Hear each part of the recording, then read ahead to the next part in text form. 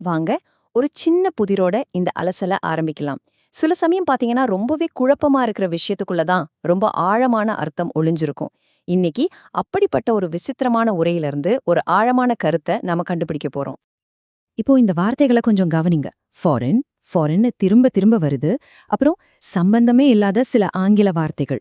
பார்த்த உடனே என்ன தோணுது? இதுக்கு ஒரு அர்த்தமும் இல்ல, யாரோ ஏதோ உளறி வச்சிருக்காங்கன்னு தோணலாம். ஆனா இதுதான் நம்மளோட ஆரம்ப புள்ளி, நம்மளோட ஸ்டார்டிங் பாயிண்ட்னா. ஆமா, இதுதான் இங்க முக்கியமான கேள்வி. அர்த்தமே இல்லாத மாதிரி தெரியிற இந்த வார்த்தைகளுக்கு பின்னாடி மனசையே மாத்தக்கூடிய ஒரு பெரிய பயணம் ஒளிஞ்சிருக்கு. அந்த பயணத்தோட முடிவுல நமக்கு கிடைக்கிற ஒரு உணர்வு தான் நிறைவு. வாங்க இந்த புதிரை அவிழ்த்து பார்க்கலாம்.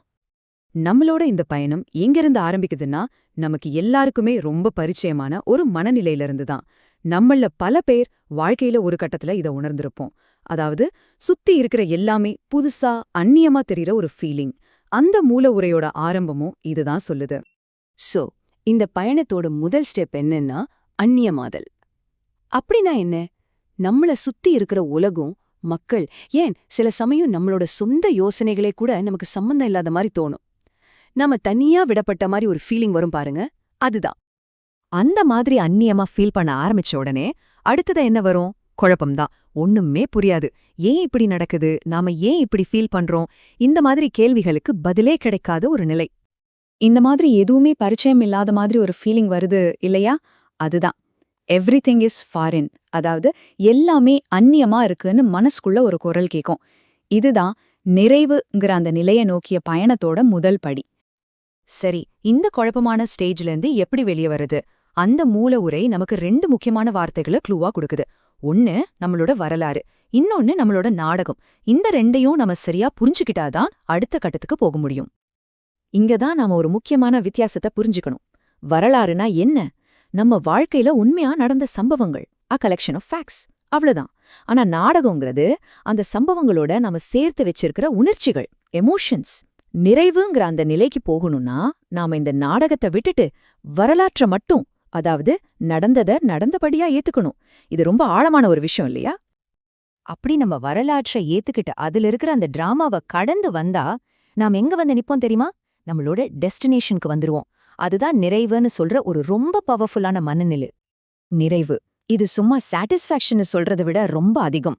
ஒரு முழுமையான உணர்வு, ஒரு பூர்ணத்துவம். ஆமா, எல்லாம் இப்போ சரியா இருக்கு அப்படின்னு மனசுக்குள்ள ஒரு ஆழமான அமைதி வரும்.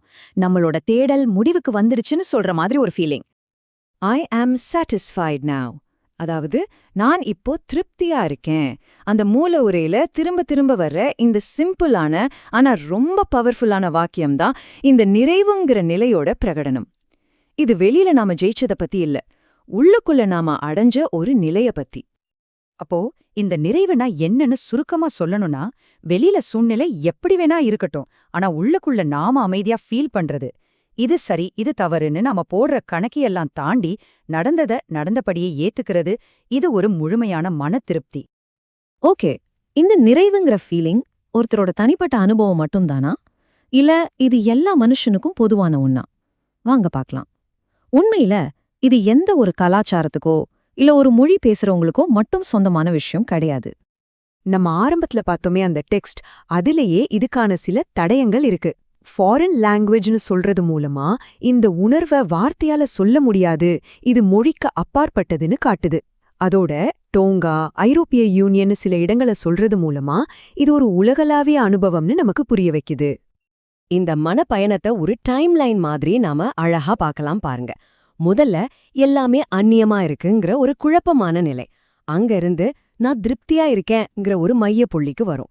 கடைசியா நன்றிங்கிற உணர்வோட இந்த பயணம் முடியுது. குழப்பத்துல ஆரம்பிச்சு நன்றி உணர்ச்சியில முடியிற இந்த பயணம் எவ்ளோ பெரிய மனமாற்றம் பாத்தீங்களா? ஆமா, தேங்க்யூ, நன்றி.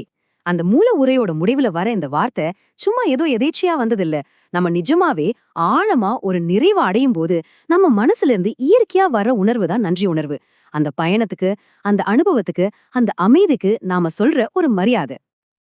அப்போ கடைசியா முக்கியமான ஒரு கேள்வி.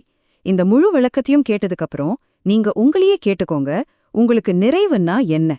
ஏதாச்சும் ஒரு லட்சியத்தை அடையறதா, ஒரு உறவை சரி பண்றதா, இல்ல உங்கள நீங்களே முழுசா ஏத்துக்கிறதா? கொஞ்சம் யோசிச்சு பாருங்க.